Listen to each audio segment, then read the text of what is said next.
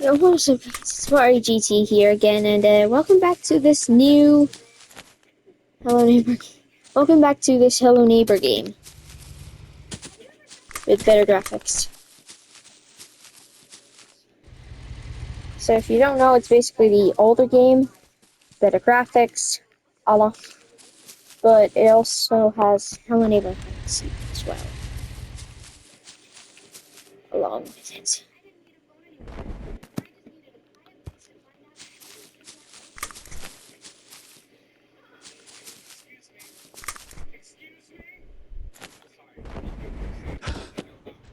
So yeah, I'm back. 10 trophies obtained. So, it's now finally time for me to do the little thing. And that thing is activate the train.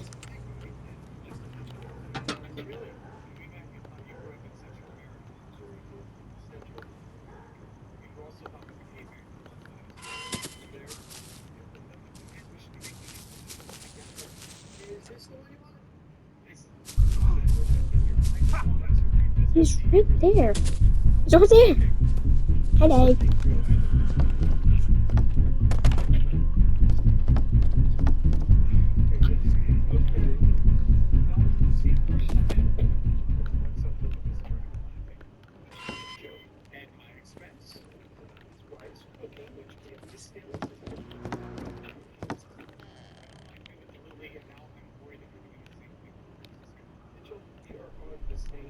Yep, so we've got the dummy.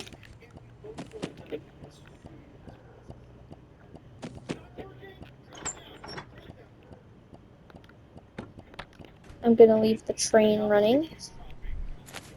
I'm gonna leave the train running and put a little thing over the well, this thing is still on the road. Right. So leave it on there for now.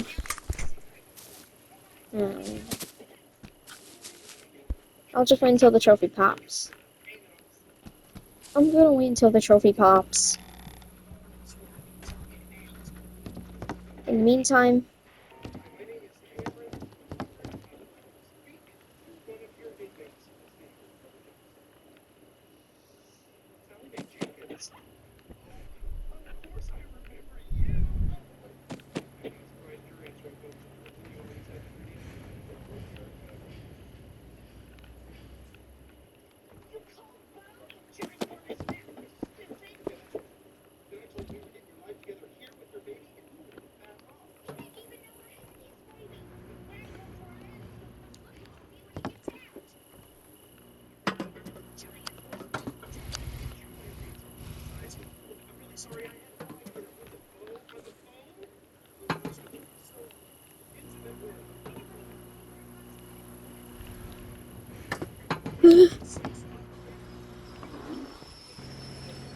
tell me that the trophy popped. Please tell me that the trophy's gonna pop.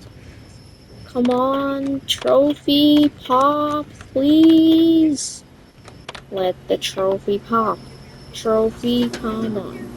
Come on, trophy. The trophy needs to pop any minute now. The trophy needs to pop. Pop any minute now. So it's avoiding all of the cars. So, a car could be coming, so I'll just leave them on this side. Yeah. Oh, they're good. They're going to be a car. They're going to be a car. They're going to be in a car. Is there going to be a car? Let the car. Please let the car come. Please let the car come. Come on, please. Come on, dude. The car.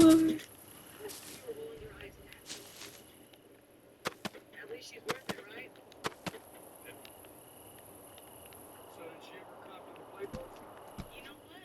Yeah, eventually, but only because she had something worse. It's actually a good thing. As long as she denied the accident, that's the one thing she's done. Hey, but while you're here, I wouldn't mind picking your brain about a little problem I'm having. Well, one of my characters. He finds himself at a crossroads in his future. I don't think that whole accident thing. You say it didn't happen? It happened. Yes. The accident. It was my fault. Please forgive me, mi amor. Hey, Francisco. There should be a I car guess we should coming. take another look. There's nothing there. To be fair, Oh let's well. look at it in the kitchen light. I'll leave it in the middle of the road. So, are there any other cars coming?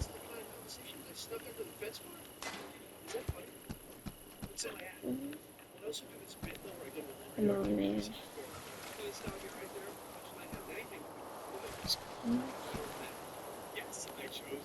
Car, come on, come on.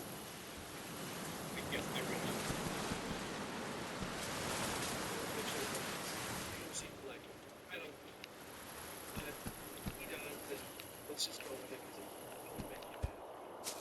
Okay, what you can ask. You're very nice. Just let you have it. Trust me. We start every morning off in the kitchen, and I hope before we get here and see something. I do. I do see something I love. You, Mitchell. What in the hell? So, I'm going to continue to get the thingy. Dude, what's he doing? How did he get up? Finally! Oh my! Finally! Finally! Where the heck's the thing?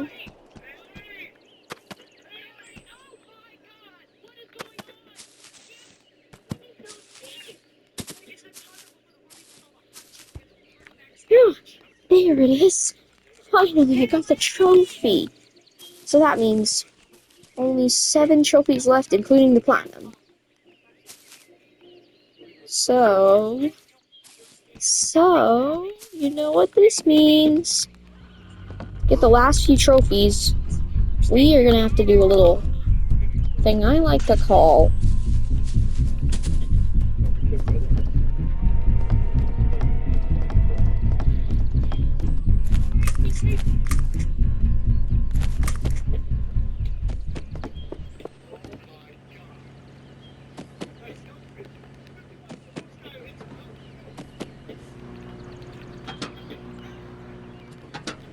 shotgun thing. Shotgun torture. Now, the torture part is trying to get all of the mannequins.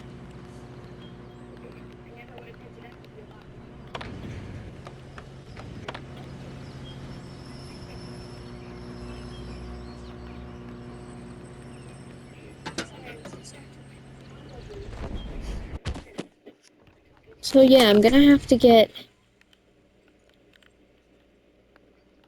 that. Gonna have to put the golden apple there. Actually,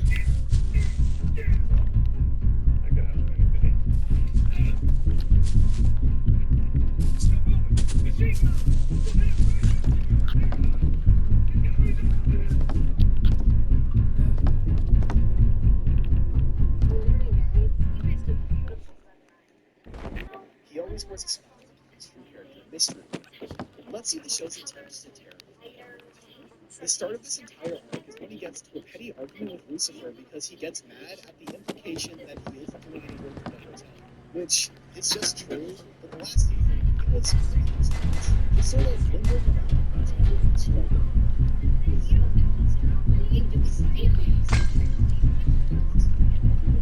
So far, in season 2, we see him left, yet for some reason this argument gets him so mad he storms out of the scene. I understand the but let's compare this outburst to his previous characterization. Alistair is currently in these streets. He has a level of power that is virtually unmatched. Except for that time he thought Adam and the story was there. Yes, the reason he provides for the hotel is because he's bored and thinks the hotel will be interesting. But he doesn't actually help. He has a disconnected In order for me to, get up there, in order to help me get up there, I need that double jump. Which means I'm gonna need a boost. Which means high or a little something I call a glitch.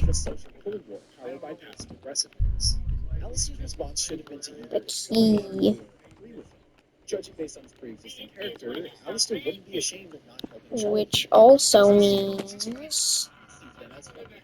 watch.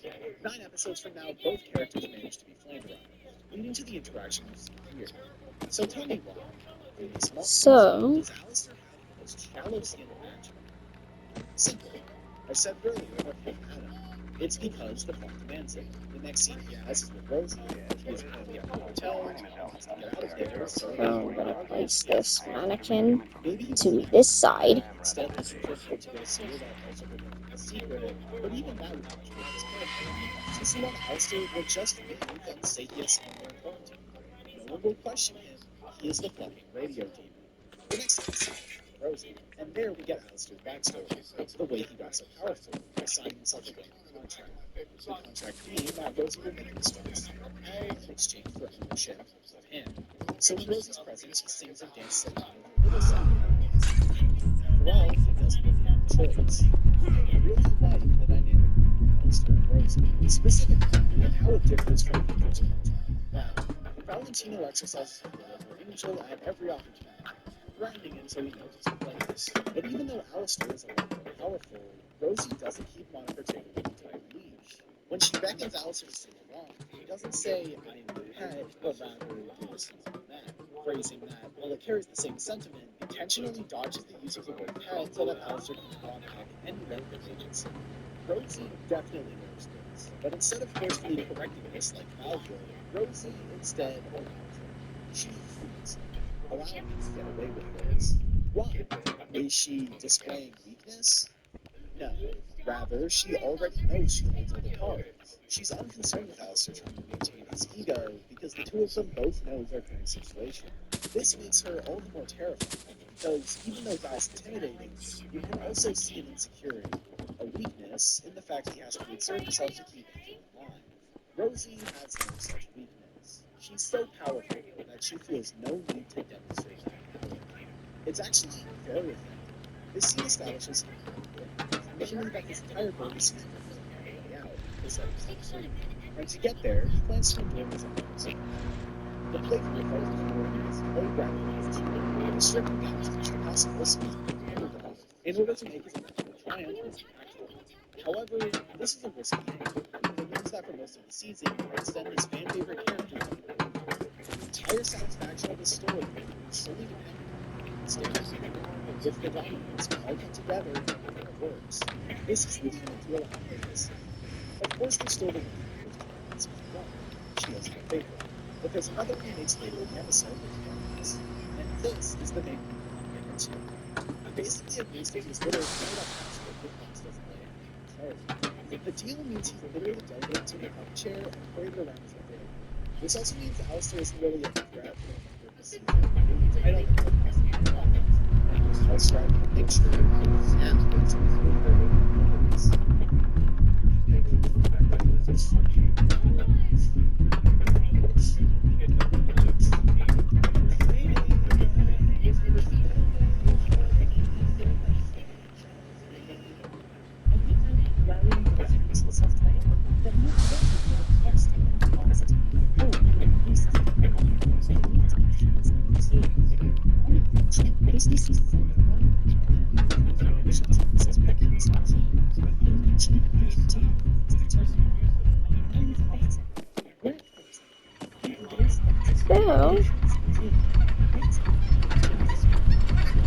So,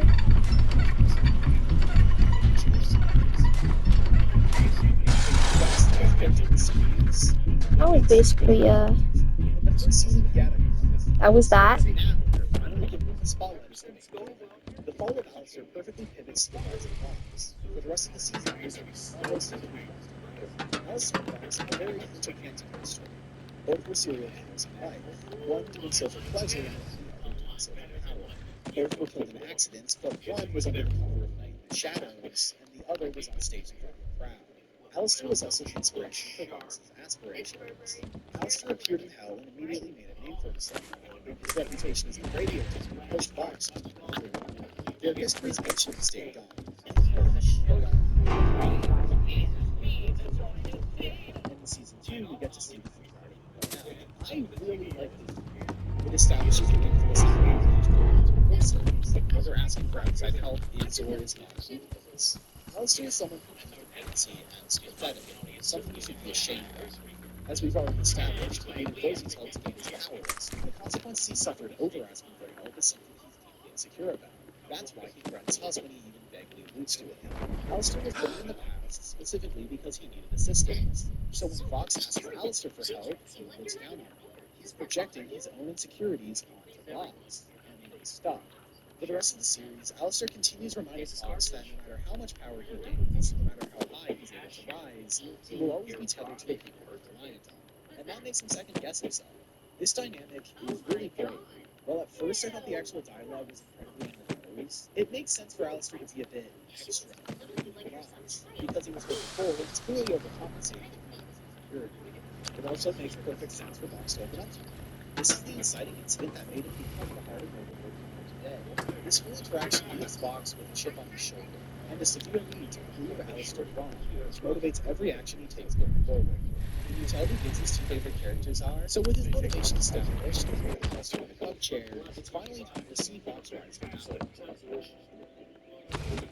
Fox is like a super extrovert. As a cult of personality, his power is directly correlated to his control and the more people that worship him, the more power he has. That's one of the reasons he's always been loved. It's easier for him to keep good relations like than to start a conflict and risk conflict against it. Before his dad, Fox was already on his journey. He continued killing people to move up the entertainment industry, gradually getting more prideful until he started culture. But then his leader got the better of him, and he got sloppy, causing a TV to crash onto his head, taking out everyone else in the room with him. Once he's in hell, it's still the same story. He also gets the Express and his songs. The music in Happy Hotel has always been one of the universal strong influences, which is very important. Sam Howell and Commander Bird wrote we were actually in, it's not really a writer's room, they call it the writer's summit, with the producers from Bento Box, and we were rating the story. So we were basically saying, episode 1, what are the plot points, what needs to happen? Episode 2, what are the plot points, what needs to happen? Usually the movie scenes are very effective and moving the story forward. But sometimes the writing in the songs begins to collapse when the writing begins to show. Like how Gravity feels like this pivotal moment in the story, and then the show decides to keep you back for the rest of the season. Even so, the songs are by far the best characterization of his gets. His first song of the season is Once We Get Up There, establishing his goal to take over both heaven and hell. It's a lofty ambition, but he pitches it to the other worlds. Then, after Alistair sings Don't Forget What Rosie, there's a freeway in the episode of with Alistair out of the way, the main roadblock he has is gone, so he can actually begin working to his goal. The motif from Once We Get Up There is here as well. This song is interesting because the original Don't Forget What Rosie episode has nothing to do with it, but this implies a connection that actually foreshadows the beginning of the season. According to Brooklyn, all connections with real world politics are actually just coincidence. After the results of the 2024 American election, I swear this has to be what we're talking about. It's pop person to Blue Star. Season 2 of Halfway is just becoming popular. It's not, but that's not why we voted for it. We wrote a scene that is running to gain powers out of control, and just got fucking elected. Yes, it's relevant now. This is that some shit is a little too fucking close. I wonder what's made me what this shit was 50 miles ago, and we did not need to do this real. This is not ready to any of the song. It was first made after different things. In the song, every time he appears, he retires from it, showing that he's playing to their interest. His brain is going forward and it's almost like a childish game, but his plans are obviously he's being given he's being so the field of his own what is there? He's played Ubers, now it's not branding himself as Vox Populi or Voice of the People. It plays when he hosts a rally to meet support. It's basically propaganda for the idea of war, with phrases like, what would happen? Nothing shit. They want us to collide. That is how they keep us down. We've got the means to see the crowd. Notice how these phrases are designed to unite the people together. Seize the crowd is likely taken from the idea of seizing the means of production, bringing the power to the people rather than massive corporation. He's saying we, him and the people of hell, working together against heaven, just as he did with the before. But as the song continues, changes. Once the people start to get on board, he reveals the more totalitarian and fascistic regime he had. The entire second half of the song is repeating the same as possible. If you're not fucking stupid, then you've got no choice. Manifest destiny, as long as you invest in it. In the beginning, singing the song to eight asterisk himself in authority. And now that the idea of humanity is heading accepted, now it's his mouth disappears and the crowd sings words. They are speaking for him. A little bit more on Manifest Destiny. Manifest Destiny is an interesting phrase to use. It comes from one of the founding ideas of the United States of America, the concept that they were created by God to expand from sea to shining sea. It's another oxymoron, because up until quite recently, the United States was always an anti-fascist country, siding against the Nazis in World War II. It's gone. He's using rhetoric that implies equality while pushing for dictatorship. Season 2 of Office he follows it up with as long as you invest in it. The people could only Maybe have I should if they give their look a little more. and he uses the term invest, another American capitalist idea, even though his ideas directly he was a shit years ago, make hell great.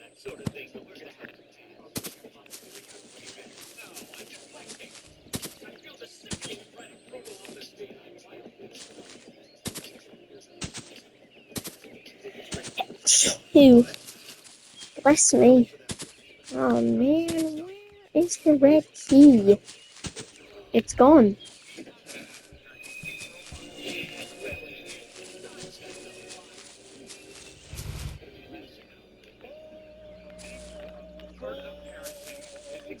Where is it? Where is it?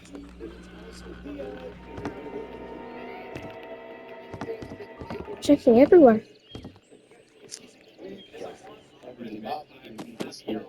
Guys, any parallels are a coincidence.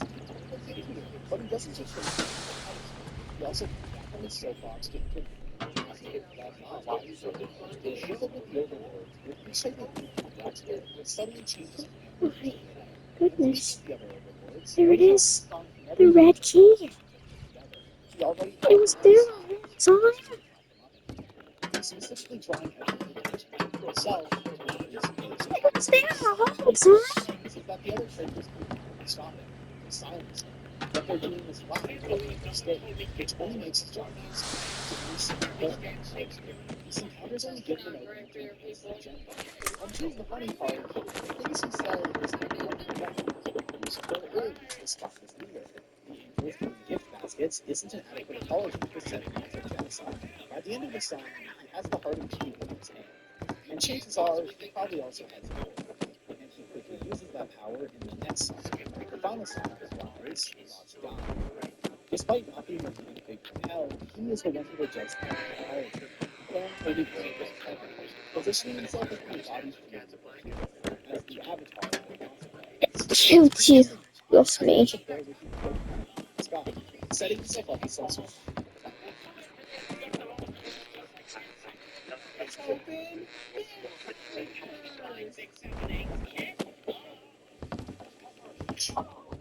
fucking Sheldon.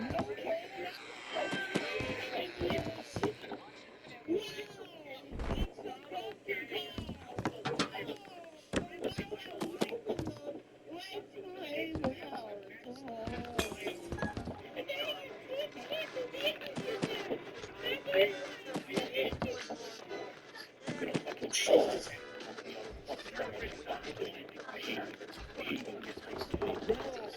mob culture winner. I am superhero. Remember, if hurting people is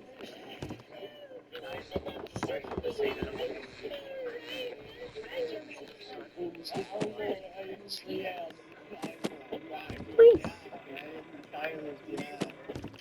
So this time,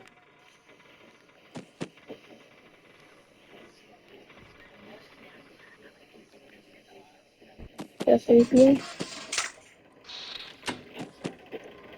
Okay.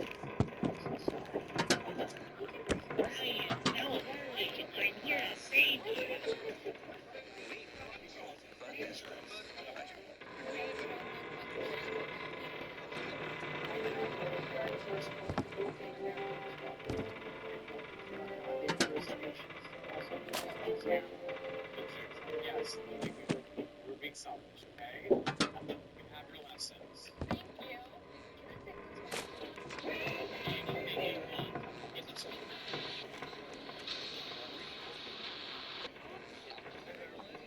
I have to make this jump.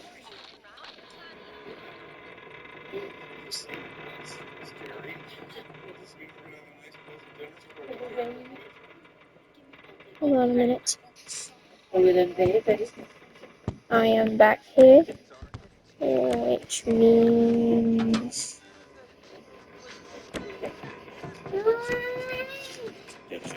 You, Master Ryan. Hey, yes, how you doing? How are you? Feeling good?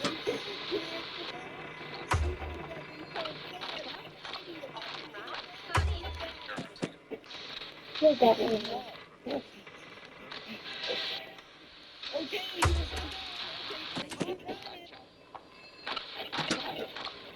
Okay, goodbye. Right. Is that you? I'll talk to you now.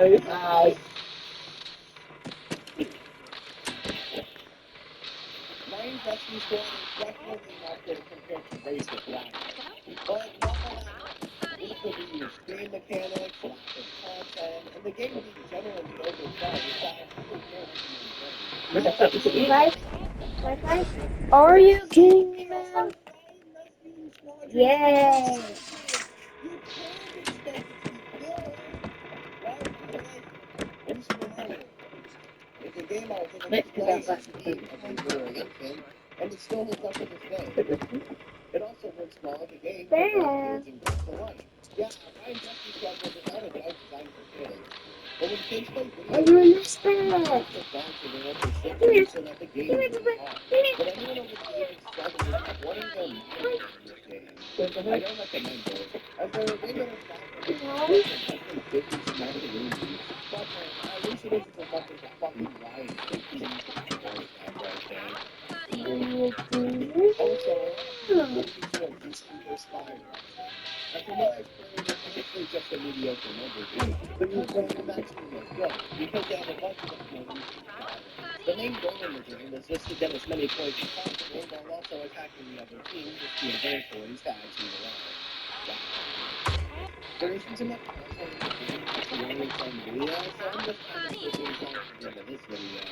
Just so I'm able to provide a review for the people who have been asking me for one. Also, Discord server and second phone. Okay, bye.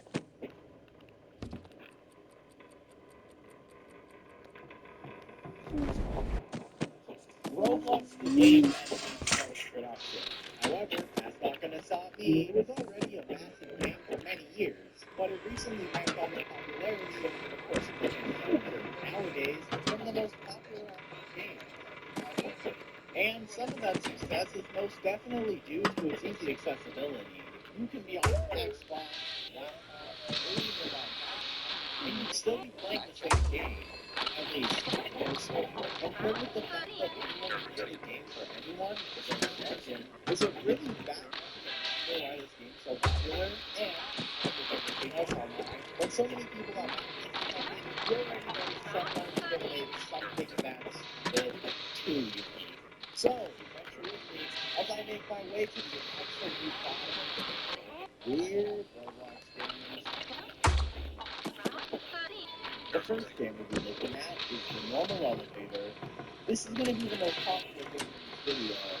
Since the way I see it, the more popular a game is, the more normal it's perceived as by its own audience. The normal elevator has you going in an elevator. Dude, come on! Are you kidding me?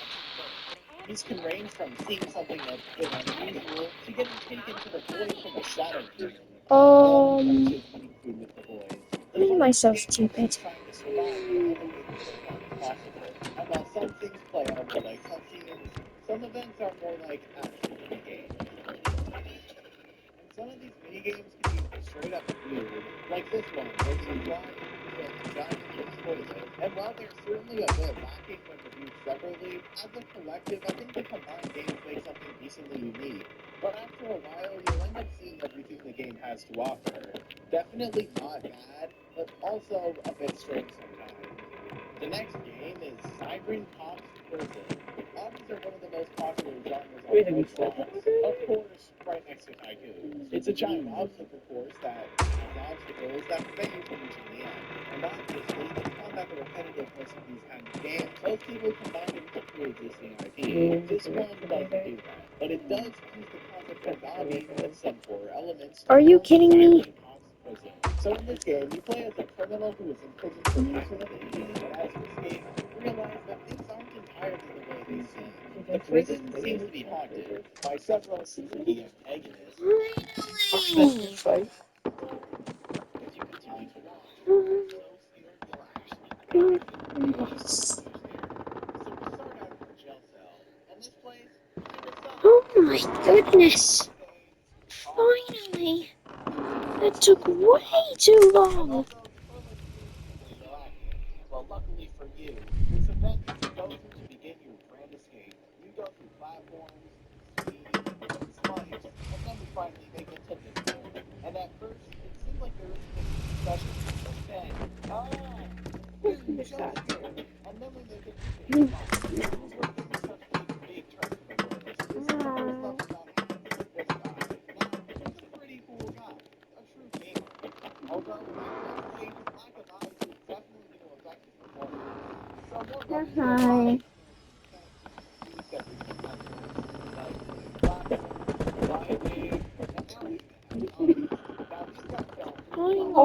baby.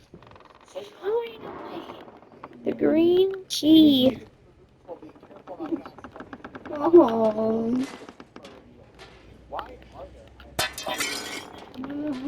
This is where I'm gonna finish the game. Get the ring. Yep.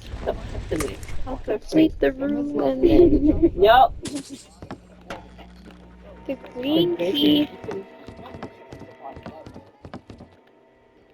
That's the hardest room. The green key room is the hardest out of any of them.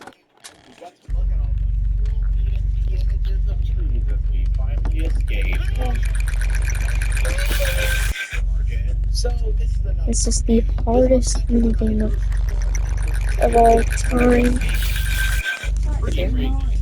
This is the worst minigame.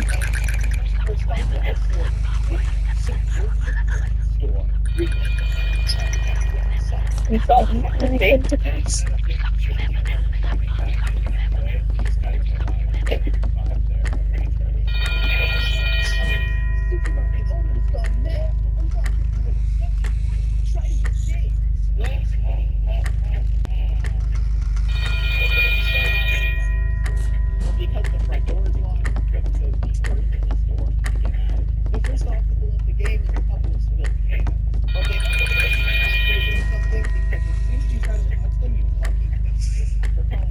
Here we go. Here we go. Here we go. Then we make it to the world of Coke and Pepsi, and these bottles Finally. Made it to the end.